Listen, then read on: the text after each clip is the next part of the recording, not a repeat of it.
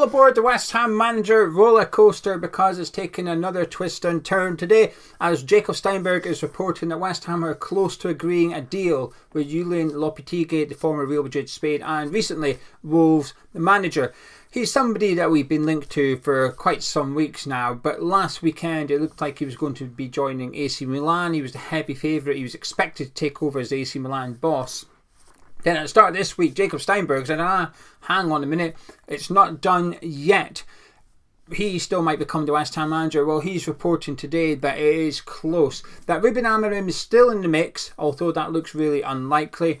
And that West Ham will continue talks with Lopetegui next week. And if it all goes smoothly, the deal could be concluded as early as next week. And David Moyes given a proper send-off after the game against Luton Town next Saturday. West Ham's final home game of the season. That's what we're going to be discussing today. But I just want to quickly point in the direction of the sponsors of this video, HelloFresh. Because while there might be a new deal for Lopetegui, no new deal for David Moyes, we've got a new deal for you. And we're giving you 60% off your first box plus free desserts for life. I'll tell you how to get that deal in just a few minutes time, but for now let me tell you why you should get HelloFresh. Because if you're fed up of eating the same thing every single week and you're lacking a little bit of inspiration, last week because of HelloFresh I had sweet potato and satay curry. I know you're thinking that's nothing too extravagant, but I've never had it before. It's not something I've considered doing before. Thoroughly enjoyed it. So from now on, sweet potato and satay curry will be a routine regular meal in the Mackie household.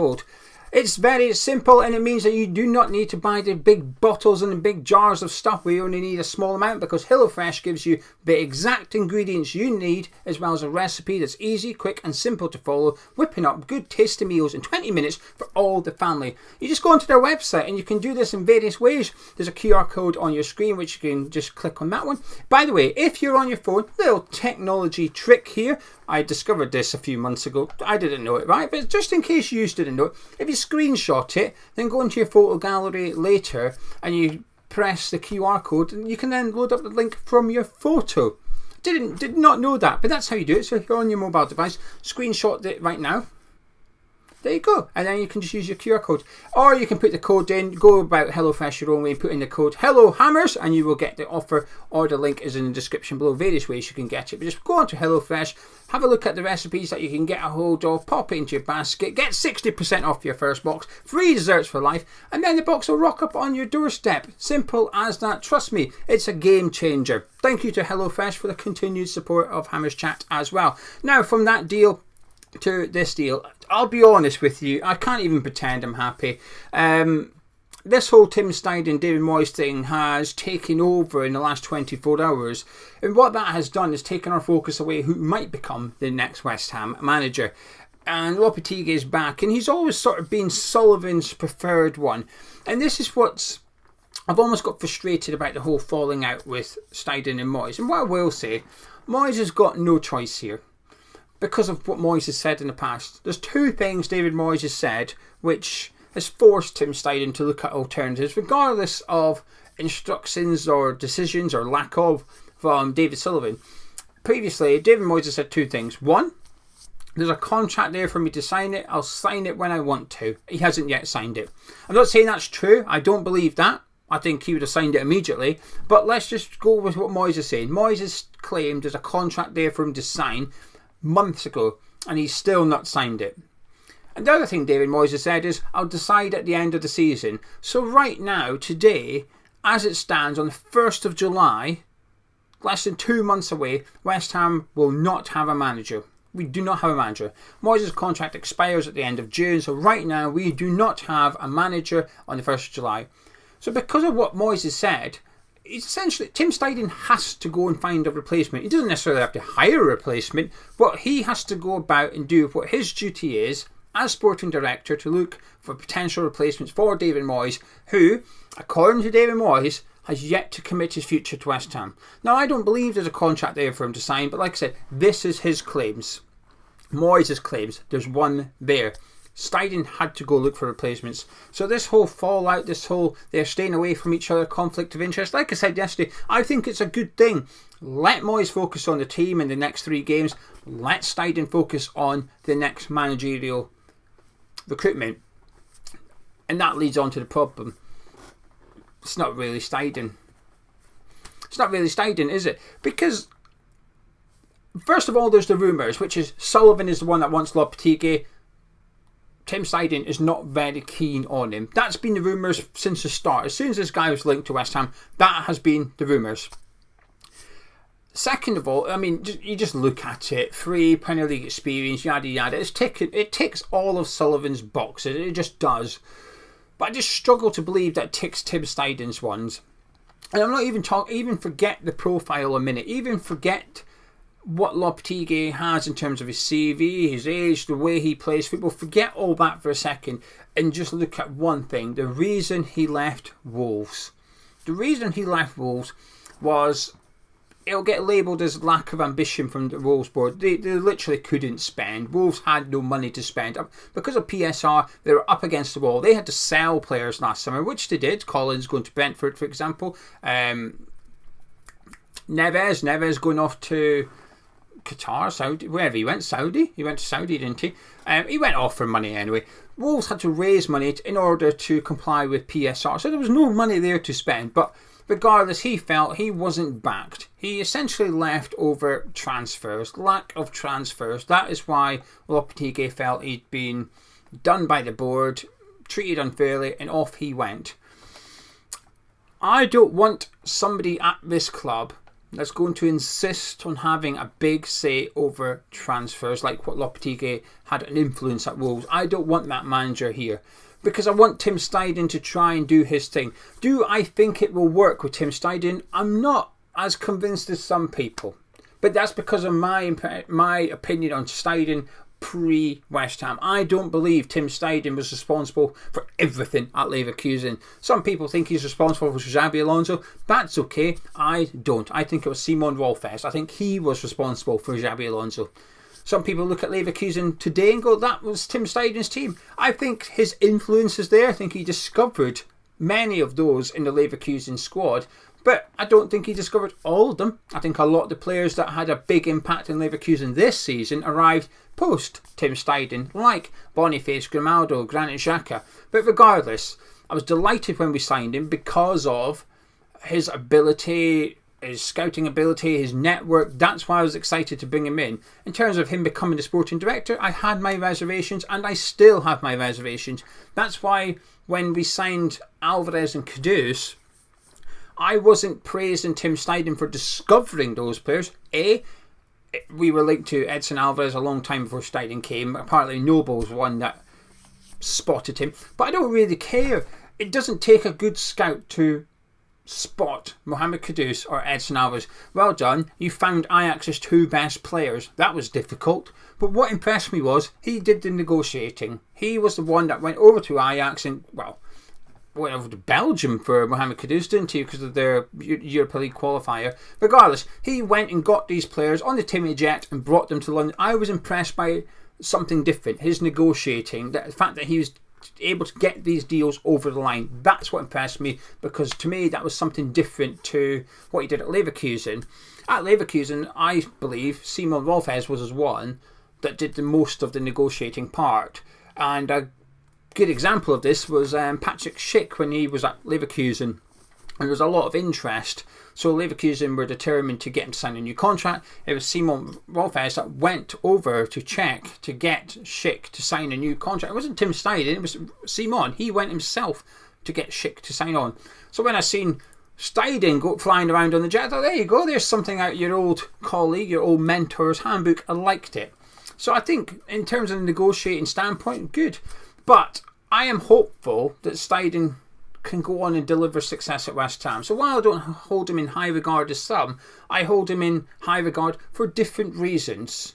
But regardless, what I want is to see Tim Steidten being given a shot at building something at West Ham. And in order to do that, he needs as much money as possible and as little barriers as possible. And I don't mean David Sullivan, he's a little barrier, and he's quite short, isn't he? But he's already got one with David Sullivan. He doesn't need any more. He doesn't need a manager who may cause issues. We've already had that. Now, I I actually think it's the Moyes and Steidten thing all season has been blown out of proportion somewhat. I don't think this has been as big as some have made on. I don't think they've been butting heads all this time. Do I think Steidten's maybe recommended players and Moyes has said no? Yes. But do you know what? I would bet you anything that Steidten recommended players at Leverkusen and Wolfes said no to them as well. They might have made a few mistakes, but they might have got some right. I'm not that bothered.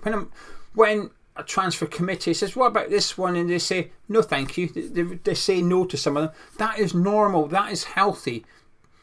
But what we can't have is another January transfer window in our hands where actually you just say no to everybody and nobody actually gets who they want. Yes, Moyes got Calvin Phillips, but we're talking attacking sense here, attacking players. We didn't bring anybody in. It was a shambles of a transfer window. And I think all three, Sullivan, Steidten and Moyes, I think all three are responsible and culpable. Some will blame some more than others. I blame all three. Sullivan more than the other two because of the Abraham Osman deal and how I believe that one went and turned out. But I just do not want Lopetegui. I've got reservations over his style of football. And I've got a lot of reservations regarding his behaviours, I guess. I think he's a safe pair of hands. Do I think he'll get West Ham relegated? No. But I think he'd have to be a particularly bad manager to get this West Ham team relegated because we have a good team. Yes, the squad needs a bit of work. The bench isn't the best. It needs work. But our starting 11, like I said, I think come the first game of the season next season, 8 of them starting are already here because it doesn't need that much work, the starting 11. It's a good team. We're not going to have European football. So the biggest issue this season in terms of fatigue and lack of rotation won't be such a big issue next season. It's going to give us a bit of an advantage, the new manager. So we don't need, you do not need to be a good manager to finish mid-table with this team next season, in my opinion. I think he's a safe pair of hands. I think results will be fine. I think the football will be okay. But I want better than okay. I want to be excited by the next appointment. I want Tim Steidten to be allowed to go and do his thing. And I'm just not sure that Julen Lopetegui is the manager which will allow Steidten to go and do that. We'll have to wait and see. But that's what Jacob Steinberg's reporting today, Friday afternoon. The headline is, West Ham close to a green deal for Julen Lopetegui to take over from David Moyes. Not finalised and Amorim's still in mix, but clarity expected soon. So there you have it. Sounds like talks have gone really well between the board and Lopetegui, and they're going to continue next week. And should they go smoothly, West Ham may have a new manager signed, sealed and delivered before we play Luton Town next Saturday at the London Stadium in our second last game of the season and the final home game of this season, which would then mean a farewell to David Moyes, which is good. That is good news. That's good news. And maybe I'm just being a bit too negative about Lopetegui, but I'm really not keen on him. I'm really not keen on him. And what I think is also, it's a missed opportunity for West Ham because, believe it or not, I don't think we need to hire a manager today. What we need is clarity over the current one, but I don't think we need a replacement today because there might be some managers who are currently in a job that might find themselves out of a job in 2, 3, 4 weeks' time. And I think we'd do all right while trying to recruit certain ones like Ruben Amorim. I think Lopetegui is probably going to be there in 2 or 3 weeks' time. It's not difficult to keep an eye on him, and if anybody's going, I've always felt that this was David Sullivan's safety net manager. We can't get the main guys, this is who we go get.